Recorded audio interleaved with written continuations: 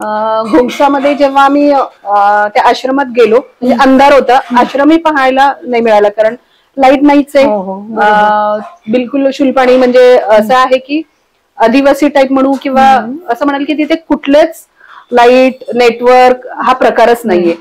मग आम्ही दुसऱ्या दिवशी सकाळी काय झालं की बरेचसे असे आपले महाराष्ट्रीयन लोक होते की त्यांना वाटलं की आता आपण बोटीनीच बाकी 80 किलोमीटर जावं आणि आपल्याला हे होणार नाहीये. मग सीमा म्हटली की मला शक्यच नाहीये म्हटली, तर आपण बोटीने जाऊ. माझं असं आहे की मी कितीही रिस्की चढाई चढू शकते करू शकते, पण मी खूप वेळ पाण्यात नाही राहू शकत. जसं तिला उंची आणि ह्याची भीती बसली तसं आता तो 6-8 तासाचा प्रवास आणि ती साधी बोट, ह्याची पण बोट नाहीये. आता मला तिच्या पुढे काही बोलता येई नाही, म्हटलं मला काय करायचं. मग सगळ्यांचं जवळजवळ ठरलंच की आभा, गुजराती अम्मा, ते जोग हजबंड वाईफ, कारण तिच्या मिसेसचे पण पाय घसरले जोग जे होते ते. सीमाचं पण तसंच झालं. फक्त मिस्टर जोग होते, त्यांची इच्छा होती की ते अनुभव घ्यायचा ऍक्च्युली शुलपाणीचा, आणि माझी पण इच्छा होती. तर मग काय झालं, मी सीमाला म्हटलं सीमा ऍक्च्युली तुला ह्याची भीती वाटते पण मला पाण्याची भीती वाटते, इतका वेळ मी बोटीत नाही बसू शकणार. एक काम करूया, तू बोटीने हे कर आणि मी असं येते ना, आपण भेटू, तू पुढे जाऊन थांब. तर ठीक आहे म्हटली. मग मी असं म्हटल्यानंतर मिस्टर जोग काय म्हटले की मी पण पायी करतो. त्यांनी त्यांच्या मिसेसला म्हटले की तू, तर मी म्हटलं ठीक आहे, आता तर दादा आहेत बरोबर आणि लोक आहेत, तर मी दादांबरोबर पायी करते, तुम्ही जा. आभा म्हटली नाही, मग मी पण येते पायी. गुजराती अम्मा पण म्हटले की नाही, मैं भी आपके साथ, जहा आभा वहा मैं बोली. ठीक आहे. मग राहिले आता मिस्टर जोग आहेत, त्यांचे मिसेस पण म्हटलं ते नाही येत मी पण हेच करणार. मग सीमाला बोटीने जावं लागलं, नाईलाज, आणि तिला बोटीने जावं लागलं. होते आपले महाराष्ट्रीयन चांगली लोक होती. मग सकाळी ती बोटीने गेली 80 किलोमीटर पुढे. तिला पण 7-8 तास वगैरे लागले बॅक वॉटर मधून जायला, आणि शिवाय ती छोटी बोट बोलते. तर आम्ही मग तिथून आमचा थ्रिलिंग प्रवास चालू झाला. असा आहे की तुमच्या पाठीमागे एवढ्या वजनाची बॅग, एका हातामध्ये दंड कमंडलू, आणि तुम्ही अशी खडी चढाई करता की म्हणजे तुमच्या नाकाला तो डोंगर हे होणार. तुमचं एक पाऊल जरी इकडे मागे पुढे पडलं की तुम्ही जाणार नाही, कारण तुमची काळजी घेणारी ती असते. पण त्याला खूप स्ट्रॉंग माणूस पाहिजे, मनाने, मेंदूनी आणि शरीराने सुद्धा. तर आम्ही ते करत करत दोन बादल आहे तिथे शुलपाणीमध्ये. एक खारा बादल म्हणतात, एक एमपीचा बादल आहे आणि एक महाराष्ट्र बादल आहे. तर आम्ही आय थिंक महाराष्ट्र बादलमध्ये एंट्री केली. तिथेही थोडस खूप सारे डोंगर चढणं, सातपुडा आहे ना, तो पूर्ण सातपुडाची पर्वतरांग आहे. तर ते अशी थ्रिलिंग वाला आम्ही परिक्रमा करत करत एका ठिकाणी पोहोचलो. तिथेही थोडस बोटीने आपल्याला क्रॉस करून पलीकडच्या बादलमध्ये जायचं असते. मग ते आम्ही हे लोक ते 10-10 रुपये देऊन बोटीने क्रॉस करून अशी रिस्की चढाई करून गेलो. इतकी सुंदर घरं ना तिथे, शेणानी सारवलेली, आणि कच्चे मकान, ते दळायचं वगैरे सगळं असलं. एवढे छान आभा होते आमच्या बरोबर. आम्ही तिथे ठरवलं. मला ते घर फार आवडलं. मला ऍक्च्युली ना बंगलोपेक्षा ना गावाकडचे घर, वाडा वगैरे या गोष्टी खूप आवडतात. थोडं लवकर पोहोचलो होतो आम्ही, तर म्हणलं नको पुढे जायला, घर खूप छान वाटतंय म्हणून आम्ही शूटिंग वगैरे घेतली आणि थांबलो. तर ती लेडीज आहे ना हे करत होती, बाजरी दळली तिने आमच्या समोर, आणि मुगाच्या शेंगा पण ते त्या प्रोसिजरनेच ते मूग हे केले. तर मला असं वाटलं की यांच्याकडेच संपलंय काही पीठ. आणि असे खूप उंच उंच डोंगर, पाण्याची तिथे इतकी किल्लत, खाली उतरून तुम्हाला विहिरीमध्ये जावं लागतं, आणि मग गिरण वगैरे कुठला प्रकार तिकडे. तर मला कसं वाटलं की बापरे, ही आता एवढी मेहनत घेणार, शक्य आहे का? आपण दळून आणून पुण्यासारख्या सिटीत आपल्याकडे मुळातच येणार म्हणलं तरी टेन्शन असतं की आपल्याला सगळं नियोजन करावं. इथून सुरुवात म्हणजे दळणं वगैरे. मला वाटलं आमच्यासाठी ह्या करतायत काही. आम्ही काय विचार केली, आश्रमात हे करण्यापेक्षा की यांना हेल्प होऊन जाईल, आपण पैसेही देऊ आणि आज इथला आनंद घेऊ. आणि आम्ही थांबलो. ऍक्च्युली ते आश्रम पण चालवतात. ह्याच्यामध्ये शुलपाणीमध्ये आपले महाराष्ट्रीयन खूप लोक आहेत की धान्य पुरवतात, आणि तिथल्या त्या लोकांना रोजगार दिलेला आहे शुलपाणीचे, की तुम्ही चालवायचं काम करा. तांदूळ काय खिचडीच मिळते तिथे तुम्हाला, पण ती गोड लागते, खूप गोड लागते त्यांना. मग बघा ना, तोही रोजगार त्यांना मिळाला. अदरवाईज पहिलं म्हणायचे की शुलपाणीमध्ये ते मामा लोक लुटायचे, पण त्या लोकांना रोजगार परिक्रमा. खूप छान. शुलपाणी क्रॉस करायला दिवस लागतात 8-9 दिवस लागतात. तुम्ही गोरा कॉलनीमध्ये गुजरातमध्ये पोहोचायला 9 दिवस तरी पकडून चाला. मग तिने ते हे केलं तर आम्ही विचारलं मिसेस जोगला, तर इतकं हे वाटलं की असं बरोबर नाही आपण एवढं कष्ट देऊन त्यांच्याकडून हे करणं. मग आम्ही विचारता जाणवलं की तिथे ते रोजच सकाळ संध्याकाळच्या जेवणासाठी रोजच दळून ते करतात. म्हणजे सकाळच्या वेळेस सकाळी दळायचं ते पीठ, संध्याकाळी. म्हणजे विचार करा की कसली लाईफ आहे ती. म्हटलं वा, म्हटलं हेच हेल्थ. आणि सगळे असे काटक फाटफाट फाटफाट डोंगर उतरला चढणार. एक चॉकलेट साठी छोट्या छोट्या मुली एवढा आणि आम्ही असं एक एक पाऊल कासवासारखं, पाय नको घसरायला, हळू बसत उठत चढायचं. आणि ते असे मुली येणार एक चॉकलेट साठी. तिथे ऍक्च्युली सायकल किंवा गाडी त्यांच्यासाठी मर्सिडीज आहे. हो, म्हणजे तुलना पाहना आपल्याला मर्सिडीज अशी दिसून जाईल. म्हणजे तिथली लाईफ त्यांच्याकडे सायकल असणं किंवा टू व्हीलर तर मला नाही दिसली ऍक्च्युली, ती त्यांच्यासाठी मर्सिडीज आहे. खरं तर ते सगळ्यात सुखी आहेत मला असं वाटतं. नाही तर आपण कसे आपल्या हे संपत नाहीयेत आर्थिक गोष्टींच्या किंवा शो ऑफ करण्यासाठी आपण ह्या मोहजाळात खरंच अडकलेलं आहे. हे झालं की ते फ्लॅट झाला, गाडी झाली, आणखीन एक 2 मुले 2 फ्लॅट घेऊ, मग हे घेऊ ते घेऊ. पण ते ती लाईफ खरंच सॅटिस्फाईड वाली लाईफ आहे. आणि ते हेल्दी आहेत विशेष म्हणजे. ना शुगर ना डायबिटीस ना काही नाही, एवढं ते शरीराला व्यायाम, सात्विक आहार, ना ऑइल ना काही ना काही. मग त्या दिवशीचा पण खूप छान मुक्काम झाला आमचा. गाणगापूरचे एक छान संत भेटले, जे आभानी त्याच्या ह्याच्यात सांगितलेले मुलाखतीमध्ये. त्यांनी आम्हाला विभूती वगैरे दिली, आभाला दिली. म्हणजे छान एक परिक्रमेतले पहिले संत म्हणा एक जे खूप छान भेटले. मग तिथून आम्ही दुसऱ्या दिवशी उठून त्यांना आम्ही थोडेसे पैसे वगैरे देऊन पुढे चालू केलं. मग मला सीमा भेटली धनाजे म्हणून एक ठिकाण आहे. 4-5 दिवसांनी, मला वाटतं 4 ते 5 दिवसांनी आमची भेट झाली. म्हणजे पाहिलं का, जे एका दिवसात ज्यांनी जो टप्पा पार केला बोटीने, तो पार करायला आम्हाला 5 दिवस लागले. तर शुलपाणीमध्ये लोकांना एक टाइमचं जेवण पण नाही मिळत आहे अशी सिच्युएशन आहे. म्हणजे एकतर ते अशी पहाडी एरिया की जिथे शेती हा प्रकार आहे, तर ते धान्य कुठून पिकवणार आणि काय करणार. आणि ते डेली यूजच्या पाण्यालाच त्यांना विहिरीसाठी खाली उतरावं लागतं वगैरे. आणि खरं म्हणजे हे खडतर आयुष्य. आणि हे बघणंच आहे.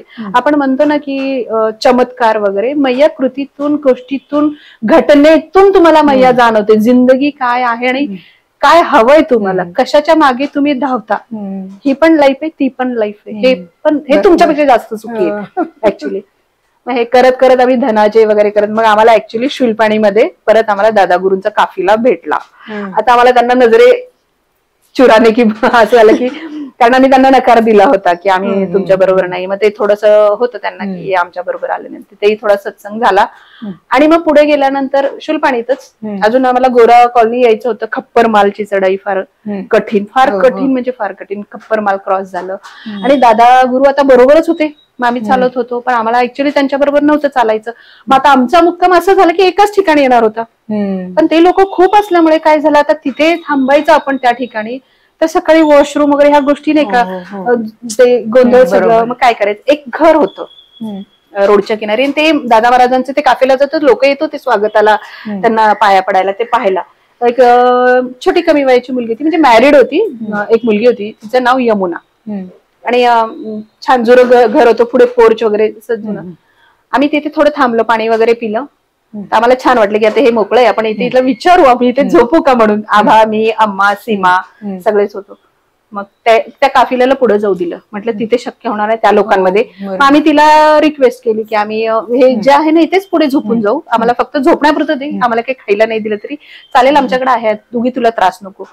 ती म्हणजे झोपणं काही प्रॉब्लेम नाही म्हटली. मग तिने तिच्या मिस्टरांना फोन केला. म्हणलं नाही, आधी तू तुझ्या मिस्टरांना विचार, कारण तिचं एज असं 22-24 वगैरे अशी नाही का, आपल्याला सासू सासरे असतील, फॅमिलीची काही आयडिया नाही ना. आणि ते तिचं शेतातलं घर होतं आणि दुसरं घर तिचे सासू सासरेवर.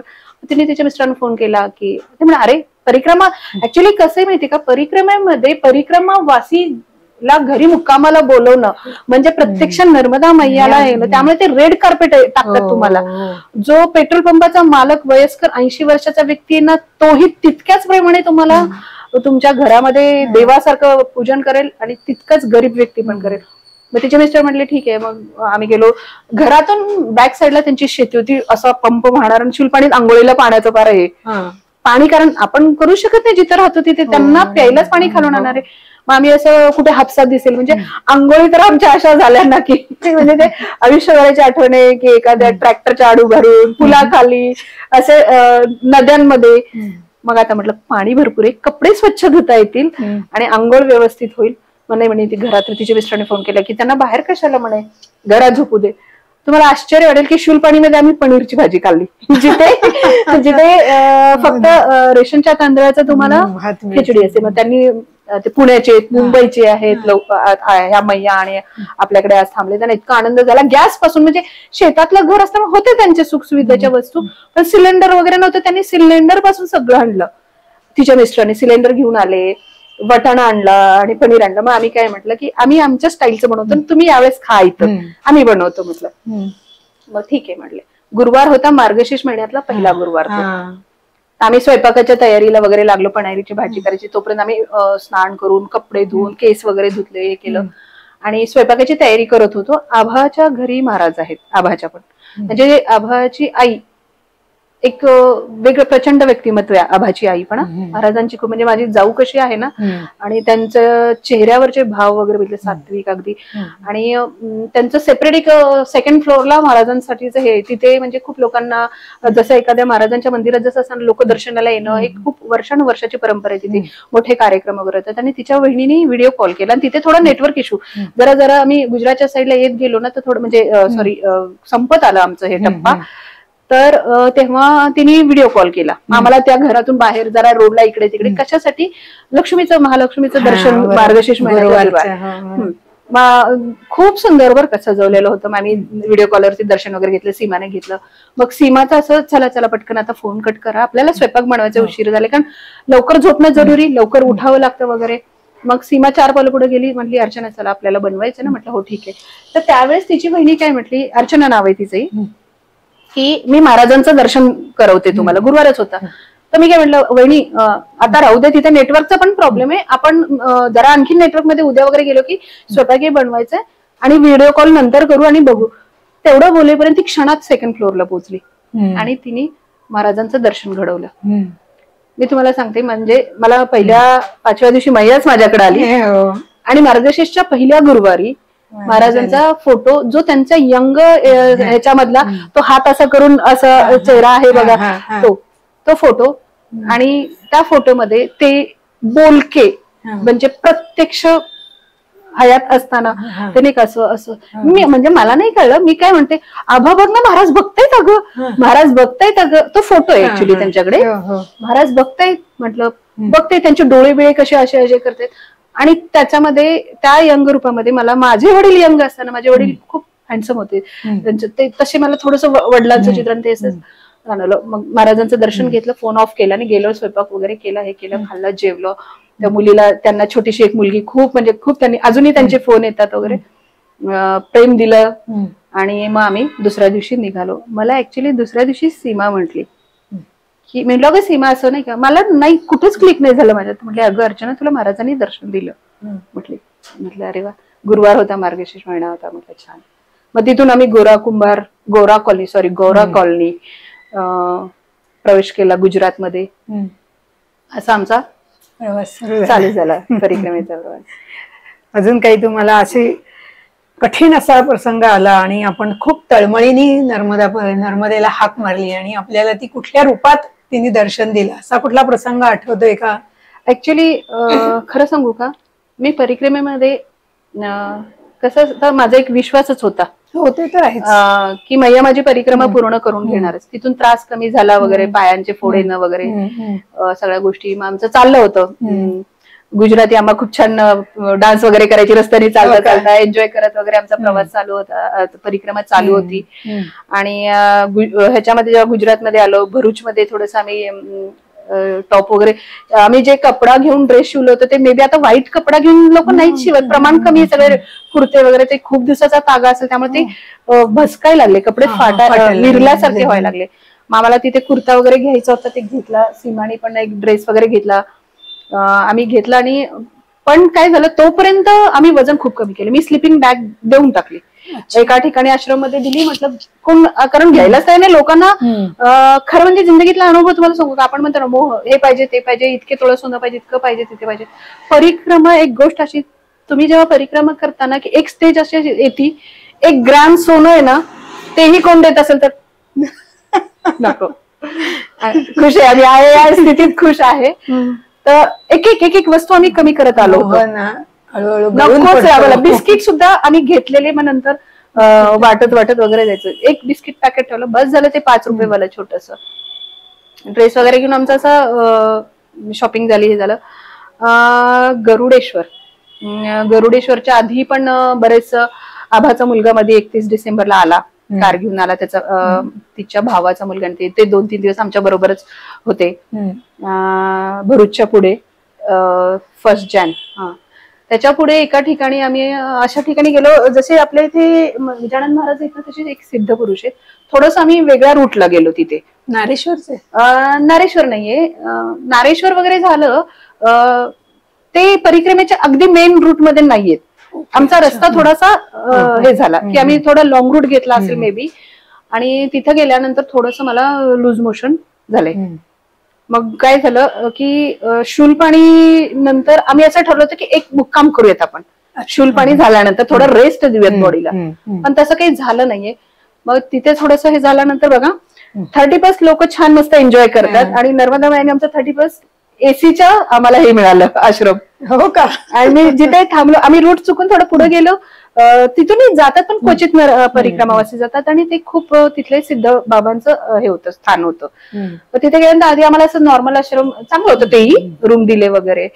पण मग त्यांना जाणवलं की हे पुण्याचे आहेत वगैरे, कुठले असे हे नाही की घाण करतील वगैरे. तर ते म्हणे तुम्ही सिटीतले आहात म्हणे, आणि तुम्हाला ते आम्ही दुसरे रूम देतो म्हणे, जिथे छान हॉटेल जसं असतं लाईक बेड वगैरे सगळे असं.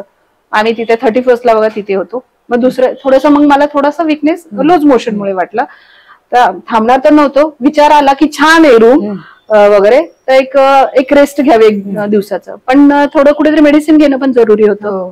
मग दुपारपर्यंत थांबलो आम्ही. दुपारच्या पण अगोदरच मग निघालो तिथून. मग तिथून, कारण एकतर तिथे परिक्रमावासीच नाहीत मागे पुढे कुठेच, कारण तो रूटच काय ह्याच्यानं अनुसया दत्तांची जी आहे ते त्या तिथे 20-30 किलोमीटरच्या त्या टप्प्यात होतं. पण आम्ही त्या साईडला नाही गेलो, आमचा जरा रूट चेंज झाला. मग तिथून पुढे आम्ही चालत राहिलो. मग एक असं तालुक्याचं समथिंग ठिकाण होतं, मग तिथे गव्हर्नमेंट हॉस्पिटलमध्ये गेलो, मेडिसिन वगैरे घेतली, आणि मेडिसिन घेऊन ते ठिकाण होतं की जिथे आम्हाला खायला काहीच मिळालं नाही. असा छोटा रस्ता चांगला होता, डांबरी, पण शेती, थोडीशी झाडं, जंगल टाईप असं करत करत आम्ही गेलो. आणि एक तर जुलाब झालेले. मग तिथून आम्ही निघालो. तर जेव्हा आपल्याला डिसेंट्री होते किंवा उलटी होते, त्यावेळेस एक आपल्याला असं वाटतं की वरण भात, मुगाच्या डाळीचं किंवा ज्वारीची भाकरी वगैरे, असं आपण घरी तर असंच आहार घेतो. असं वाटलं की तसं आता इथे कुठे मिळणार ना. आणि गुजरात होतं ते, आता ते लोक ज्वारीची भाकरी किंवा असं, पण एक मनात येऊन गेलं की आता पोटाला आपल्याला थोडंसं असं मिळालं तर बरं होईल. मग आम्ही गेलो. आम्ही चालत होतो जेव्हा, तर आश्रम एक होतं, कुबेर भंडारीच्या अगोदर एक ठिकाण होतं, पण त्याच्या अलीकडेच मार्गदर्शन आणि स्वामी विजय हे ओशोचे फॉलोअर्स म्हणू किंवा त्यांचे अनुयायी किंवा त्यांना समर्पण केलेली ओशोच्या याला लाईफ होती. ते त्यांचं आश्रम किंवा त्यांचं घर किंवा त्यांचं स्थानाचं मस्त छान जंगल, मोर आणि छान बांधलेलं वगैरे होतं. तिथे ते लोक हे देतात, बालभोग, चहा, कॉफी काय असेल तर वगैरे. मग आम्ही विचारूया म्हटलं आपण इथे राहिला, कारण लाईक आश्रम सारखंच आहे पण छान स्टँडर्ड, एखादं रिसॉर्ट वगैरे कसं असतं ना तसं. तर आम्ही गेलो, आणि खूप काय त्यांच्या चेहऱ्यावरचं तेज तुम्हाला सांगितलं. आणि दर्शन माणी तो ऑरेंज कलर भगवान आहे का, ते तसली लुंगी वगैरे ओशोच्या आपल्या कोरेगाव पार्क मधलं कसं ना, खूप सुंदर. आणि तुम्ही 5,000चं फेशियल करून ग्लो येणार नाही ना, अशी स्किन दोघांची पण एकदम नाही की ग्लोईंग. आम्ही चहा कॉफी असं काहीतरी घेतलं, आणि म्हटलं अरे, कारण हे खूपच छान आहे. तर आपलं आंघोळी तरी आठवड्यात 2 वेळा एक चांगलं ठिकाण मिळालं जिथे केस वगैरे वॉश करायला वगैरे. नाही तर आंघोळी तर आमच्या अशाच कावळा आंघोळ टाईपच. तर मग त्यांना मी म्हटलं की आम्ही थांबू का, म्हणजे आम्हाला राहायला हे करता का, कारण आम्हाला वॉशरूम फार महत्वाचं होतं. तर म्हणे ठीक आहे म्हणे, आम्ही पहिला ऍक्च्युली हे करतच होतो म्हणे लोकांना राहण्याची, पण ना व्यवस्था काही लोक नीट ठेवत नाहीत हे करणार, आणि मग तेच बाकीची स्वच्छता ठेवायला तुम्हाला तितके लोक अवेलेबल पाहिजेत ना त्या लोकांना, आणि ते स्वतः म्हणजे साधनेत ते खूप पुढे गेलेली लोक आहेत. मग त्यांनी स्वतःची साधना किंवा मौन मध्ये ते 1-1 महिना रूम मध्ये जातात. कोण जर तिथे परत सेवेसाठी किंवा साधनेसाठी आलं ना, तर दोघं हसबंड वाईफ पैकी आता चला हिच्या म्हणजे एक कोण व्यक्ती ना, तर 1-1 महिना ते स्वतःला रूम मध्ये एका मौन मध्ये जातात असे. मग आम्ही त्या दिवशी तिथे राहिलो, छान आमची तिथे आंघोळ, आणि ते गुजरात होते. संध्याकाळी जेवणाला ज्वारीची भाकरी तूप आणि खिचडी भात वगैरे. म्हणजे मी असं म्हटलं नाही की मैया मला हे मिळेल का, कारण खूप लोक खाण्याचे खूप काही अनुभव सांगतात, आणि असं तिघींचं असं बिलकुल नव्हतं की मला हे खाऊ वाटतं मग मैया मला हे देईल का वगैरे, कारण आम्ही खाण्यासाठी गेलो नव्हतो. ते आमचं एमच नव्हतं तिघींचं की आम्ही कधी जे मिळेल ते आम्ही तिघींनी आनंदाने, आणि तुमचं एवढं चालण्यामुळे हे झालेलं असतं की ते गोडच लागतं. छान खूप सुंदर हे होतं, प्रसादी होती, खाल्ली, मुक्काम वगैरे केला. मग दुसऱ्या दिवशी निघताना मी त्यांना विचारलं की साधनेमध्ये जेव्हा माणूस खूप लेवलला जातो, योगिक साधनेमध्ये ऍस्ट्रल ट्रॅव्हल वगैरे काही तुम्ही असं काही केलंय का वगैरे, म्हणजे थोडेसे बालिश प्रश्न होते, ते छान उत्तरं देत होते. आणि आम्ही फोटो वगैरे काढले. काही काही लोकांमध्ये खूप एनर्जी असते, एक वेगळा ऑरा असतो पॉझिटिव्ह, आणि आम्ही सगळे फोटो वगैरे काढले. मी तुम्हाला खरं सांगते, मी खूप खूप इन्स्पायर झाले त्या दोघांना. त्यांनी जेव्हा त्यांची सांगितलं की स्टार्ट कशी झाले, त्यांनी मुंबईमध्ये जॉब सोडून हा मार्ग स्वीकारला की उभा राहण्या इतकी जमीन नव्हती, पैसा नव्हता, काय नव्हतं, तिथून हे एवढं येत गेलं. मग माझ्या जावेनी सीमाने विचारलं की माझी पण इच्छा आहे की म्हातारपणात, नाही म्हणे नंतरचा नाही विचार करत, तुमची इच्छा आहे स्टार्ट करा, सगळं होऊन जातं. मग त्यांनी त्यांचं स्ट्रगल स्टोरी वगैरे सांगितली, आणि खरंच खूप सुंदर होती लोक. त्यांना भेटायला परत कोणतरी, मग त्यांना जेव्हा असा वेगळा मार्ग निवडतो तेव्हा समाज, नातेवाईक, जेव्हा तुम्ही संन्यास किंवा कर्तृत्व नाहीये ना म्हणून संन्यास घेतोय, बरोबर ना, की याला नकोय, सगळ्या जिम्मेदारी झटकायचे वगैरे, तसं त्यांनाही बरेच नावं ठेवलं गेलं, हे केलं. पण आज इतकी लोक त्यांना भेटायला, त्यांच्यातले नातेवाईक 2 हे होते की लग्न जमलेले होते, त्या मुलीला आणि त्या मुलाला यांच्या सहवासात थोडं यांचं ऐकण्यासाठी बाहेर देशातले होते. म्हणजे तुम्ही कुठल्या लेवलला पोहोचता, तो मार्ग खडतर असतो. मग ते तसेच ती मला म्हणते, तू इच्छा आहे नंतर नाही बोलायचं, करायचं आताच करायचं. मग आम्ही फोटो वगैरे काढले गेले, पण त्यांना साई बाबांनी दर्शन मला प्रत्यक्ष दर्शन दिलं होतं, आणि ते एक ठिकाण बरोबर हे केलं होतं. त्यांनी तिथे त्यांचं खूप सुंदर फोटो आणि खूप छान साधनेसाठी, जिथे फक्त तुम्ही ध्यानामध्ये बसू शकता अशाच लोकांना एंट्री होती. मग आम्हाला तिथे त्यांनी घेऊन गेल्या. मग तिथे आम्ही दर्शन वगैरे घेतलं, थोडा वेळ मौनामध्ये बसलो केलो. येताना आम्ही एवढेच होतो, आम्हा होती आय थिंक, दर्शन मा आली आणि मला तिने हक केलं. आपण कधी कधी लोनली पण फील करतो, बरोबर, जरी आपल्याला काळजी घेणारे असतील तरी. शेवटी आपण फॅमिली पासून दूर झालेलो असतो, नाही का. मला ना त्यावेळेस एक वेगळं एनर्जी फील केली. मला माहित नाही काय, मी अजूनही ते विसरू शकत नाही. खरं म्हणजे परिक्रमेतली ती एकमेव व्यक्ती होती की जिने मला हक केलं, आणि आमच्या एवढ्या सगळ्यामध्ये मला हक केलं तिने, बरं का. मला एक म्हणतात ना बॅटरी चार्ज केल्यासारखं. तिथून आम्ही मग कुबेर भंडारीला वगैरे आलो, कुबेर भंडारीचं दर्शन घेतलं. असं करत करत एक टप्पा पार करत करत वेळ आली ह्याची, गरुडेश्वरला पोहोचलो. अच्छा, गरुडेश्वरला पोहोचलो. तोपर्यंत कसं झालं की सीमाला थोडस असं व्हायला लागलं की तो रोज रोज बटाटा वगैरे, गुजरातमध्ये खूप छान मिळालं जेवण, अगदी सागर संगीत, पंचपक्वान टाईप, मिठाई म्हणा, जेवण वगैरे. पण नंतर कसं एमपी मध्ये थोडं हे बघा, जसं आर्थिक लेवल असेल तिथल्या एरियातली तसं, मग ते रोज रोज बटाट्यानी तिला नोशा झाला सगळं. ते बटाट्यामुळे काय झालं, ती एवढंच खायला लागली. आणि मी तिला विचारायची की माझं वजन काही कमी झालं का, पण ती खूप बारीक बारीक होत गेली, कारण खाणं तिने ते बटाटा रोज रोज ना तिला ते जाईनच बिलकुल. मी म्हणायची सीमा गो तू खूप बारीक झालीयस, जे दिसेल ना ते डोळे बंद करून हे करते, एनर्जी साठी जरुरी आहे, जात नसला तरी खायचं, पण ते तिला होईना. मग कुठेतरी तिचं पुढे जाऊन असं झालं की मला नाही होणार बहुतेक पुढे चालणं, आणि मी राहिलेली परिक्रमा गाडीने पूर्ण करते गरुडेश्वरला. त्याच्या आधीच तिने तो निर्णय घेतला, आणि माझी इच्छा नव्हती की असं नाही का नाही कर म्हणून वगैरे, पण मलाही काही जास्त बोलताही नाही. मग गाडी ठरली, मग माझ्या धीराला कळवलं. त्याच्या अगोदर एका ठिकाणी तिला थोडस चक्करचा वगैरे त्रास झाला, तिथेही तिचं थोडं मॉरल डाऊन झालं होतं. तर म्हटलं नाही आपण करू. तेव्हाही चाललं होतं की धीराला बोलून घ्यायचं आणि राहिलेली कारणे. मग पुढे तसं 15 दिवस होऊन गेले, त्याच्यापेक्षा पण जास्त दिवस केली तिने. पण नंतर मग असं वाटायला लागलं की नाही तिला हे होईना. मग ठरलं. मग आभानी वगैरे ओळखीनी एक कमल भैया म्हणून आम्हाला परिक्रमेत भेटले, त्यांना वगैरे फोन करून कार ठरवली किलोमीटर प्रमाणे. मग गरुडेश्वरला माझे दीर येणार होते आणि गरुडेश्वरला ती मुक्काम करणार आणि ते पुण्याहून निघून गरुडेश्वरला तिला भेटून मग तिथून कारणी राहिलेली पूर्ण करणार. मग गरुडेश्वरला दत्त महाराजांचं टेंबे स्वामींचं खूप छान एनर्जी आहे तिथल्या त्या पादुका. तुम्हाला सांगते म्हणजे जिथे त्यांनी हे केलेलं. थांबलो आम्ही, फोटो काढले, भेटले केलं. आणि तिथे आभाणी सांगितलेलं तिथला तो अनुभव खूप म्हणजे जाणवतो तुम्हाला ती एनर्जी दत्त महाराजांच्या पादुकांची. छोटसच आहे ते पादुकाचं तेवढे आणि समोर हे आहे महाराजांचं. आम्ही बसलो म्हणजे तिथे गेलो, बसलो, मांडी घालून बसायला लागतं. आणि तुम्हाला सांगते म्हणजे असे पूर्ण हे करून नाही का पादुकांना अगदी टच करून वगैरे हे घेतलं त्यांचं. आणि जेव्हा असं मी हे केलं तर ते माझ्या हातात पिवळं फुल आलं. म्हटलं चला दत्त महाराजांची म्हणजे ह्या गोष्टी ज्या असतात ना ते तुमच्यामध्ये एक एन्करेज करतात की आपल्या बरोबर दैवी शक्ती आहे. प्रत्यक्ष परमेश्वर येणार, नर्मदा मैया अगदी तशाच रूपात येणार. आपली आहे का तेवढी दृष्टी, तेवढे आपण लायक आहोत का, तेवढी आपण योगिक साधना केली का परमेश्वराला बघण्याची. डोळेच जातील ना त्यांचं तेज पाहून. नाहीच ना. मग ते तुम्हाला ह्याने तुम्हाला हे करते.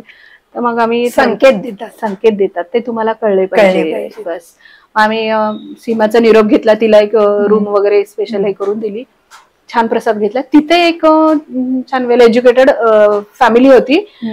या दोघी तोपर्यंत थोडं रूमचं वगैरे करत, मी थोडं फोटो वगैरे घेतले.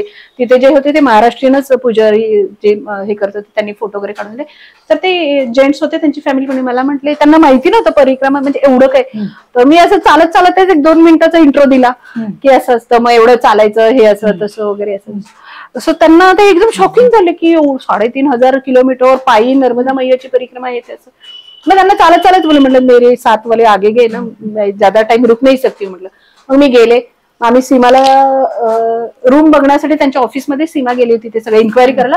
मी आपलं बाहेर चेअर लावलं तर बसले होते, कारण एक दुःख होतं की आता सीमा, कारण सुरुवात आम्ही दोघींनी केलेली ना, बाकी तर कोणाचा भरवशावर नाहीये. पण मी काय बसले, ती रूमची वगैरे चौकशी करत होती.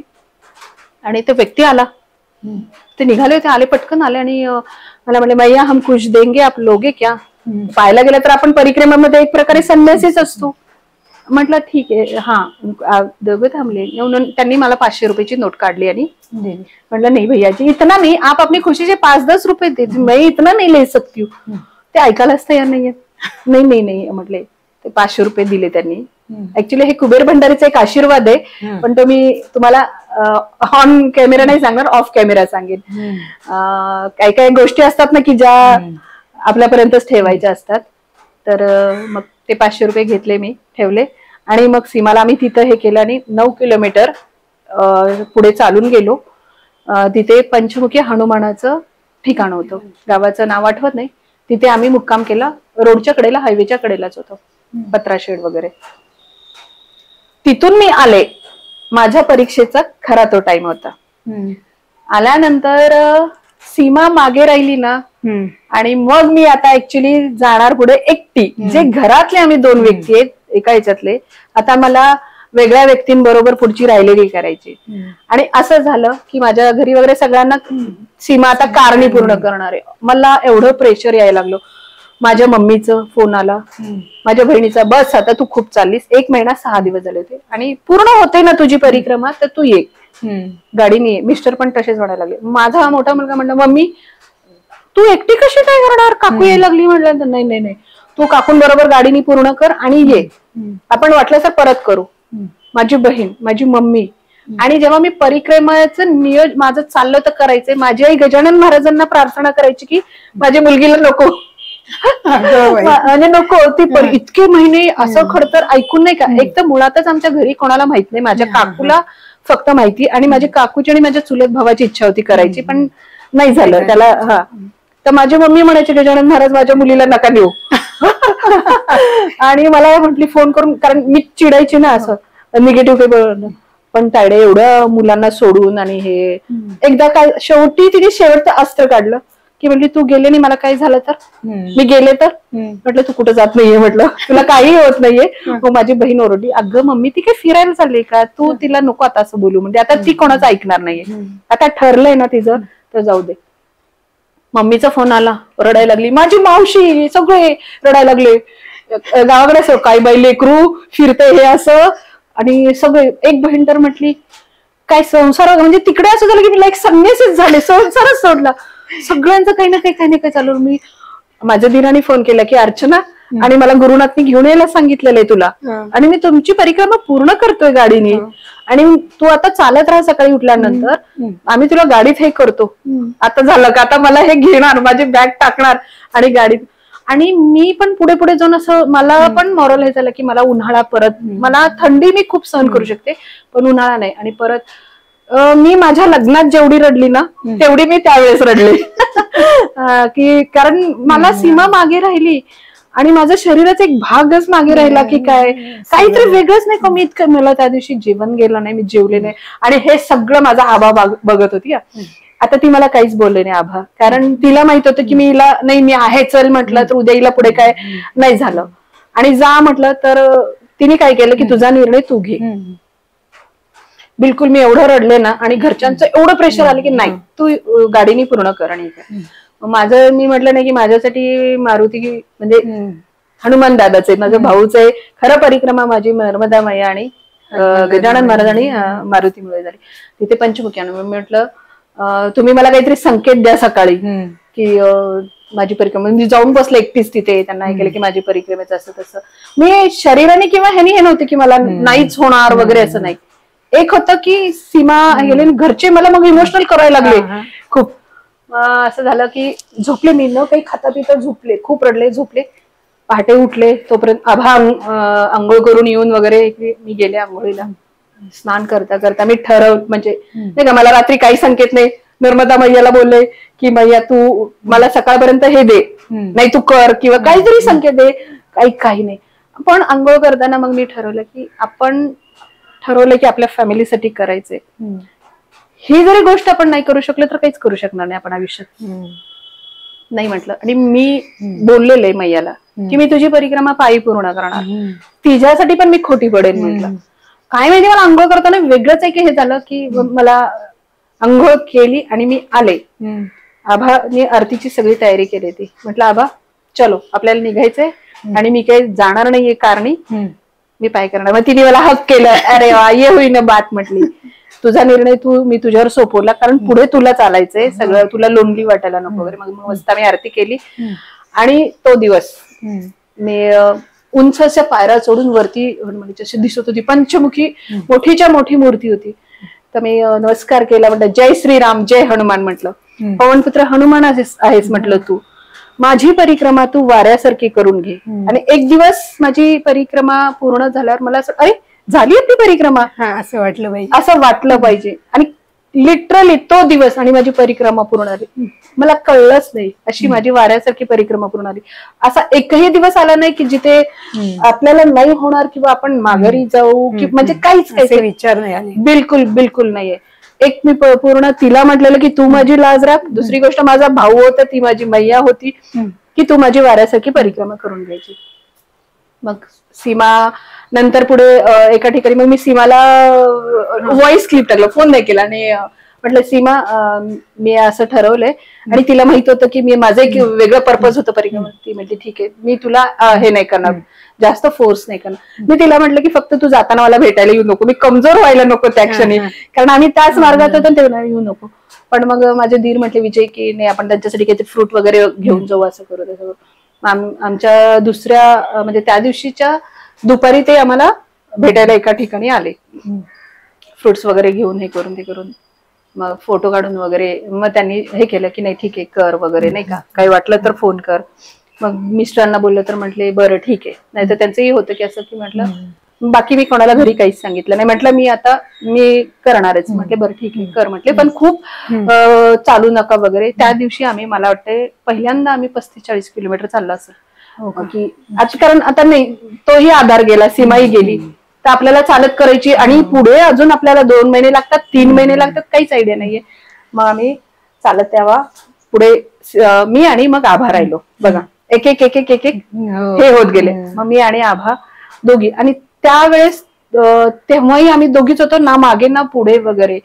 तर परिक्रमेमध्ये मला हर ठिकाणी वैष्णोदेवीचं मंदिर, मारुतीचं आणि शंकराचं, कुठेही असं झालं नाही की मला वैष्णोदेवीचं मंदिर नाही भेटलं, 4 भुजावालीचं, शेरावालीचं. तुम्हाला सांग, असंच दर्शन करत करत आम्ही आमचा पुढचा टप्पा पार केला. एक ठिकाण असं होतं जिथे आम्ही थांबलो, त्या आश्रमामध्ये कुणी नाही, पत्र्याचं शेड होतं, आम्ही दोघीच होतो. पहाटे उठलो, लवकर मस्त आवरलं वगैरे. गुजरातचा एक 18 किलोमीटरचा तो टप्पा होता आम्हाला पार करायचा होता, जो ठिकाण. तिथून पुढे अजून एक 10-15 किलोमीटरनी आम्ही परत MP मध्ये एंट्री करणार होतो. तर आम्ही मग सकाळी लवकर निघालो, धुकं वगैरे मस्त छान.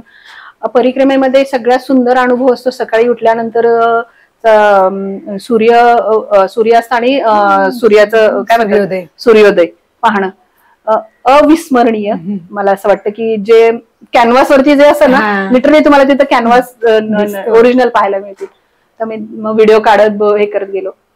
तर बघा ना, म्हणजे आम्ही चालत होतो, आम्हाला कुठे चहा वगैरे काही मिळाला नाही. मग एका ठिकाणी आम्ही बनवून घेतला कोरा चहा. म्हटलं त्यांना मागितलं, म्हणजे मागायचीही ते म्हणतात ना, मागायला हवं, भिक्षा जे काय असेल ते. तर चालत होतो आणि एक असे वयस्कर बाबा आले, 17 वगैरे 16 किलोमीटरचा टप्पा झाला असेल.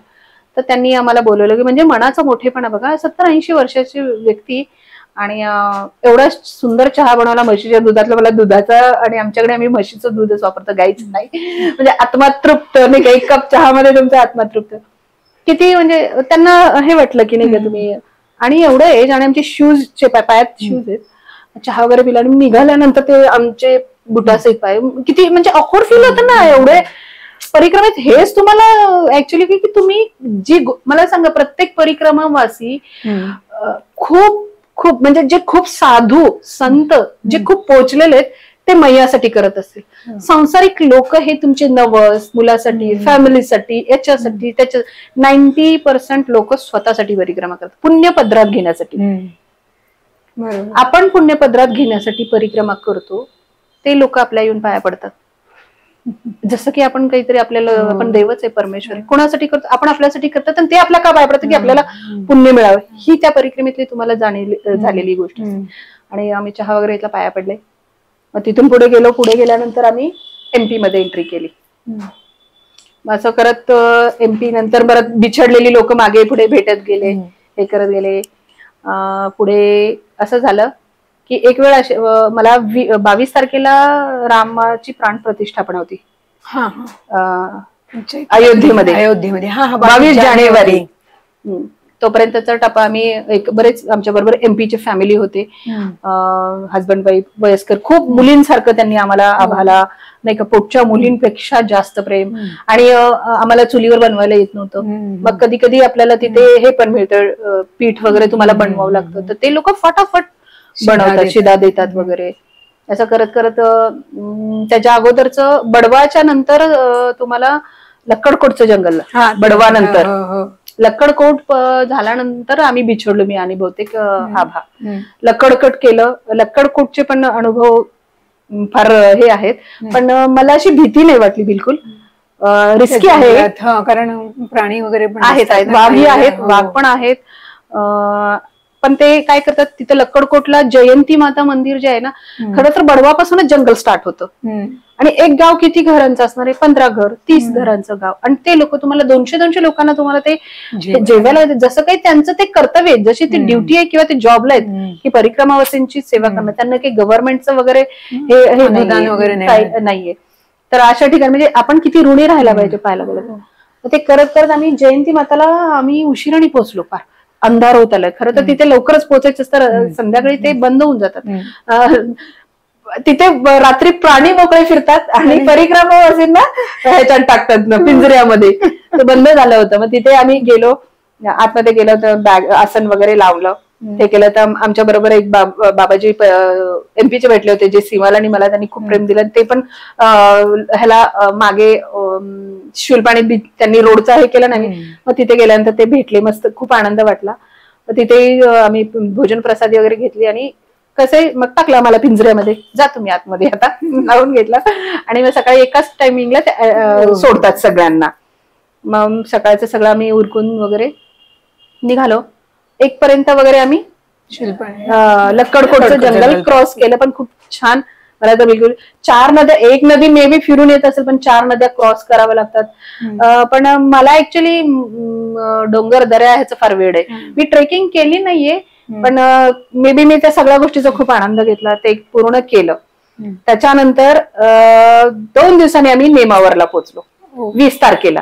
आणि माझ्या माइंडमध्ये होतं की मला 22ला नेमावरला पोहोचायचं. नेमावरला आल्यानंतर तुमची पाऊण परिक्रमा होते, सॉरी अर्धी परिक्रमा होते. या साईडला ओंकारेश्वर आणि 25% परिक्रमा पूर्ण होते तुमची, गुजरातला समुद्र क्रॉस करणे. त्याच्यानंतर नेमावरला 25% पूर्ण होती. तो खूप आनंद की आपली अर्धी परिक्रमा. आणि माझे योग खूप छान येत गेले त्या तारखेचे ह्याचे त्याचे. आम्ही कन्या भोजन वगैरे संक्रांतीच्या टायमिंगला वगैरे केलं. तर माझं असं आभा वगैरे म्हणजे आपण 22ला नेमावरला पोहोचूया, म्हणजे आपल्याला तिथे राम ह्याचा प्राणप्रतिष्ठेपणाचा उत्साह साजरा करता येईल. कारण वातावरण खूप पूर्ण इंडियामध्ये होतं. पण आम्ही पोहोचलो 2 दिवस आधीच, 20 तारखेला पोहोचलो, दुपारी पोहोचलो. पण आमच्या बरोबर जे एमपीची एक फॅमिली होती ना, त्यांचे घरचे लोक तिथे भेटायला येणार होते. त्यामुळे मग एक तर आता एक रिलॅक्स होतं की आपली अर्धी परिक्रमा पूर्ण झालेली आहे, तर आपण आता नको, दुपारी पोहोचलो. तर तो एक मुक्काम आमचा, म्हणजे जो टाइम आम्ही हे केला, म्हणजे एकही दिवस आम्ही बिलकुल रेस्ट घेतला नाही, काही नाही. मग थांबलो, ते लोक आले, त्यांनी हार बिर आणलं, ते आम्हाला हार वगैरे घातले, खूप छान घरचं जेवण वगैरे हे केलं ते केलं. तिथून परत दुसऱ्या दिवशी आम्ही निघालो रेस्ट घेऊन निघाल्यानंतर 2 ते 3 दिवसांनी आम्ही असं झालं की मागे पुढे झालो, मी आणि आभा. मग मागे पुढे झाल्यानंतर मी पुढे गेली, आभा मागे राहिली. तिथे हे झाल्यानंतर आम्ही त्याच्यानंतर 3 दिवसांनी काय, म्हणजे एकदा तुम्ही बिछडला ना, ग्रुप असो कोण किंवा तुमच्या बरोबर परिक्रमेमध्ये कोण व्यक्ती असतो, तो 3 दिवसांनीच भेटतो तुम्हाला. हो का? तर ती 3 दिवसांनी परत भेटली मला. मग तिथून परत आम्ही चालू केलं. तिच्या बरोबर एक असेच एमपीचे महाराष्ट्रीयन होते, पण ते एमपी मध्ये सेटल होते, ते होते. आम्ही असे 3 जे भेटेल त्याचे चालत राहिलो. मग 22 तारखेला मला होतं की मला कुठेही राम मंदिर भेटावं, कारण ती इम्पॉर्टंट होती माझ्यासाठी डेट खूप. असंच त्या परिक्रमेच्या पूर्ण मार्गामध्ये म्हणतात ना, हर कंकर शंकर आहे, सगळे मंदिर, महादेवाची जी मंदिर आहेत ते नीलकंठेश्वर वगैरे अशी श्वर नाव आहेत, त्यामुळे ते थोडं कन्फ्युजन होतं. मग आम्ही किनारीनेच चालत होतो. किनाऱ्याने एका ठिकाणी आलो, फेमस ठिकाणी, असंच काहीतरी असंच नाव आहे त्या महादेवाचं मंदिर आहे. दर्शन घेतलं आणि त्याच्या शेजारी राम मंदिर. एवढा उत्साह आणि जल्लोष चालू होता, एवढा आनंद झाला. पहा ना, म्हणजे खूप काही अशी राम भक्त नाहीये मी किंवा काही नाही, पण एक मेंदूला माइंडला की किती वर्षापासून परमेश्वर असून तो स्वतःच्या जन्मभूमीची कोर्टामध्ये लढाई काय, जसं मला गजानन महाराजांसमोर म्हणजे त्यांना तो हक्क मिळाला, म्हणजे परमेश्वरालाही लढावं लागलं स्वतःच्या हक्कासाठी. सो मी तिथे गेले आणि त्यांच्या मूर्तीसमोर उरले ना, मी अक्षरशः एवढी म्हणजे ऑटोमॅटिक माझ्या डोळ्यातून तो आनंद होता, ते हे होतं की म्हटलं परमेश्वर असून. आपण म्हणतो ना की माझ्या लाईफ मध्ये एवढं स्ट्रगल, मला आज का दुःख, एखाद्या देवाची आपण भक्ती करायला लागते, त्यांनी आपल्याला लगेच चमत्कार करावं, आपलं दुःख हे करावं, नाही केलं की आपल्याला राग येतो. मग तिथे ती जाणीव झाली मला की अरे, प्रत्यक्ष परमेश्वराला लढावं लागलं. आणि खूप म्हणजे तो एक दिवस खूप आनंदाचा होता. मग तिथून पुढे दर्शन वगैरे घेतलं, प्रसाद घेतला आणि एक फॅमिलीच्या घरी थांबलो. त्यांच्या 3-4 मुली होत्या, खूप छान घरी तिथली सारवायची वगैरे. आणि एवढं आनंदाने त्यांनी आम्हाला, ते लोक घराच्या बाहेर गेट समोर, म्हणजे असं लाकडी गेट वगैरे, मुली थांबतात का माहिती का, आगे आश्रम नाहीये आपल्याकडे थांबण्यासाठी. आम्हाला वाटलं की ठीक, खरंच एक अशा नटखट मुली 12वी 15वीच्या आतल्या वगैरे नाही का, आगे आश्रम नाहीये म्हणले, माताजी दरी रुखो. तेव्हा आभा वगैरे आम्ही गेलो, खूप त्यांनी पण खूप आदरातिथ्य केलं. नंतर परिक्रमेमध्ये गुजरातमध्ये एक कमल भैया म्हणून आहेत, त्या टप्प्यामध्ये तुम्ही काही प्रॉब्लेम आला त्यांना फोन केला, 70 एकर जमिनीचा मालक, आजही म्हणजे कुठलीही गोष्ट सांगितली ना की ते एवढं नाही मैया. आणि बोलताना तुम्हाला सांगते, आपण कसं म्हणतो ना नमस्ते किंवा राम राम, त्यांचा शब्द म्हणजे कोणाशी लहान मोठे यंग व्यक्ती आहे, 40-42 किंवा 45च्या दरम्यान असेल त्यांच्या मुलाचं, पण इंडियन, बोलो भगवान, भगवान जी, अरे भगवान जी, नाही का. आणि एज्युकेटेड, असं नाही भगवान जी भगवान जी. आम्ही त्यांच्या घरी मुक्काम केला तर राजवाडा कसा असतो ना, मुबलक जमिनीमध्ये मुबलक मोठा असा राजवाडा, त्यांचं घर कुठून कुठे सुरू होत आणि खतम होते. आणि एक बंगलो त्यांचा होता, तो परिक्रमा वासींसाठी सेपरेट ठेवलेला त्या मोठ्या राजवाड्याच्या शेजारी घरी. मग तिथे आम्हाला नाही का, आता आम्हाला त्यांनी तिथपर्यंत सोडलंय, तर मला आंघोळीला वगैरे जायचं होतं. ते आले, आम्ही आसन लावलं ते एका रूम मध्ये, त्यांच्या आधीच गालीचे वगैरे हांतरले, तिथे प्रत्येकाने आमचं आसन लावलं. ते येऊन बसले. म्हणजे मला वाटलं तर जातील हे कधीच. मग मी गेले वॉशरूम, शॉवर वगैरे सगळं मस्त. वरती तुम्ही कपडे सुकायला टाका, तिथे कोणी राहत नाहीये, ते फक्त परिक्रमावासींना वगैरे देतात. मग मी आंघोळ वगैरे करून आले. ते आरती होईपर्यंत थांबतात आणि परिक्रमावासींना बोलून बोलून आणायचं. मग आमची आरती वगैरे, त्यांना महाराष्ट्रीयन लोक जे भक्तिभावने आरती करतात ना, त्यांना महाराष्ट्रीयन लोक खूप आवडतात. आरती वगैरे झाली, मग त्यांनी त्यांच्या घरी आम्हाला दाल बाटी वगैरे ते जेवायला घेऊन गेलं. ते एक बॉन्ड झाला, तो कायमस्वरूपी अगदी बहीण भावासारखा आमचा बॉन्ड झाला. मग तिथून आम्ही निघालो पुढे. म्हणजे ती व्यक्ती माझ्या परिक्रमेमध्ये भेटलेली. आणि आता जेव्हा आम्ही आभा आणि मी बिछोडलं, ते नेमावरच्या पुढे गेल्यानंतर काय झालं की माझ्या माइंडमध्ये होतं की मी गजानन महाराजांचं दर्शन घेऊन, त्यांचा आशीर्वाद घेऊन परिक्रमा चालू केली, महाराजांची दिंडी करून. आणि मला महाराजांच्या प्रकट दिना दिवशी माझी सांगता करायची आहे, माझी परिक्रमा हे करायची. मग आता त्या हिशोबाने आता मला पुढचं किलोमीटरचं वगैरे ठरवावं लागणार. आभा रिटायर्ड, म्हणजे तिने घेतली, रिटायर्ड नाहीये, तिचे मिस्टर रिटायर्ड, मुलगाही मोठा सर्व्हिसला आहे, त्यामुळे ती छान निवांत रिलॅक्स झाली होती. मग त्यावेळेस ऍक्च्युली आम्ही मागे पुढे झालो. तर मी जवळजवळ एक दिवस पुढे होते, तेव्हा तिला म्हटलं मी एका ठिकाणी की मी थांबते आभा, तू ये. तर म्हटली ठीक आहे. पण काय झालं, मी 40 किलोमीटर वगैरे चालायला लागले, तेव्हा ती 30 किलोमीटर चालायला लागली. मग 4 वाजले तर तिला माझ्यापर्यंत पोहोचायला जवळजवळ 13-14 किलोमीटर लागणार होते. ती म्हटली आता मी नाही येऊ शकत आहे, म्हटली अर्चना तू हे कर. मग दुसऱ्या दिवशी कसं होतं, जेव्हा आपण कोणासाठी थांबायचं म्हटलं ना, की एकदा सकाळ झाली की कुणीच थांबत नाही आश्रम मध्ये, तुम्ही थांबू शकत नाही, इच्छाच होत नाही, किती ते एसी वाला असू देत आश्रम.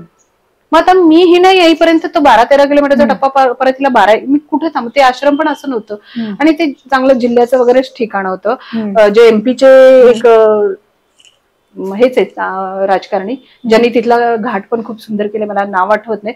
आणि जैत पुढे त्यांच्या मामाचं गाव आहे. तर मी सकाळी नाही थांबू शकले तिच्यासाठी, कारण 12 वाजेपर्यंत मी एकटी कुठे तेवढा मोठ्या त्या हॉल सारख्या आश्रममध्ये थांबणार, कोणी विचारायला नाही, काही नाही, काही नाहीये. मग मी गेले. मग जैतला मी परत 40 किलोमीटर चालून गेले. मग तिचं रोज आय थिंक 30-32 व्हायचं, माझं 40-42, 40-42. मग रोजच्या 10-10 किलोमीटरने आमच्या ह्याच्यामध्ये 8 दिवसाचा डिस्टन्स आला. आम्ही ठरवलं होतं की पुढे भेटू म्हणून, पण ते काही झालं नाहीये शेवटी. मग पुढे चालायला चालू केलं. मग आमच्या दोघीमध्ये मग मी पुढे कुठे काय असेल तर तिला कळवायची वगैरे. तिथून पुढे मी एकटीने हे केलं. आणि माझ्यासाठी तुम्हाला सांगू का, जेव्हा मी एकटीने चालायला चालू केलं, 2 महिने मी आणि आभा बरोबर होतो. सीमा 1 महिना 1.25 महिना. तो टप्पा असा होता, निर्मनुष्य टप्पा. मी एकटी, फक्त कुठेही काय शेतकरी दिसणार नाही तुम्हाला. मला बिलकुल काही भीती नाही वाटली. मी थोडीशी स्वमग्न आहे, मला इंट्रोवर्ट, मला खूप सारे लोक जमवायला नाही, म्हणजे खूप गर्दीत मला एकटेपणा वाटतो. म्हणजे माझे मैत्रीण फ्रेंड सर्कल लिमिटेड आहे, पण ते आयुष्यभरासाठी जोडलेले असे. खूप पसारा गोळा करण्यात नाही मला आवड. काही लोकांना खूप लोकांमध्ये छान वाटतं असं. तर मला माझा एकांतवास खूप प्रिय होता. आणि माझं सुरुवातीला दिवसाचे 50,000 जप व्हायचं.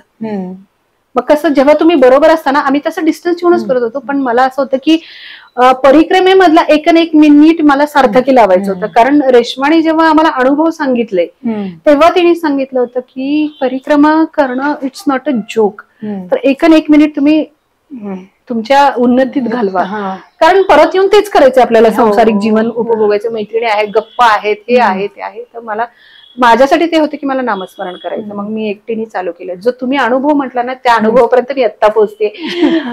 मी असंच एकटीच चालवत होते, कुणीच नाही, मागे पुढे नाही, गाव नाही, काही नाही, काही नाही. मग मी असं बोलत बोलत कधी कधी मग असं झालं की मी हिला व्हिडिओ कॉल करायचे माझ्या मैत्रिणीला शुभांगीला. तर तिला तर ते बघून रडायला, असं बेवर्षासारखं चालतीये, तुझ्या मागे पुढे कोण नाहीये, मैयाचा किनारा, वाळू, सगळी अशी बाभळीची झाडं, कुठे कोण दिसत नाहीये. मी मम्मीला नंतर व्हिडिओ कॉल करणंच बंद केलं, तिला साधा कॉल करायची, कारण मग ती रात्र रडायची, झोपायची नाही बिलकुल. मिस्टरांचा रोज ठराविक टायमिंगला संध्याकाळी त्यांना म्हणजे फोन नाही करायचं मला बिलकुल, म्हणजे माझं नामस्मरण असते वगैरे. संध्याकाळी बरोबर 7:30ला कुठल्या आश्रमात पोहोचली, तुझं जेवण झालं का नाही वगैरे असं. आणि मुलांचा सकाळी यायचा, ते टायमिंग ठरलेलं होतं तेवढंच. मग दुपारी शुभांगीला व्हिडिओ कॉल करायचा, मग ते माझं 1-2 तास जायचे व्हिडिओ कॉलवरती, मग तिला दर्शन देत मैयाचं हे करत. पण मला बिलकुल भीती नाही वाटली.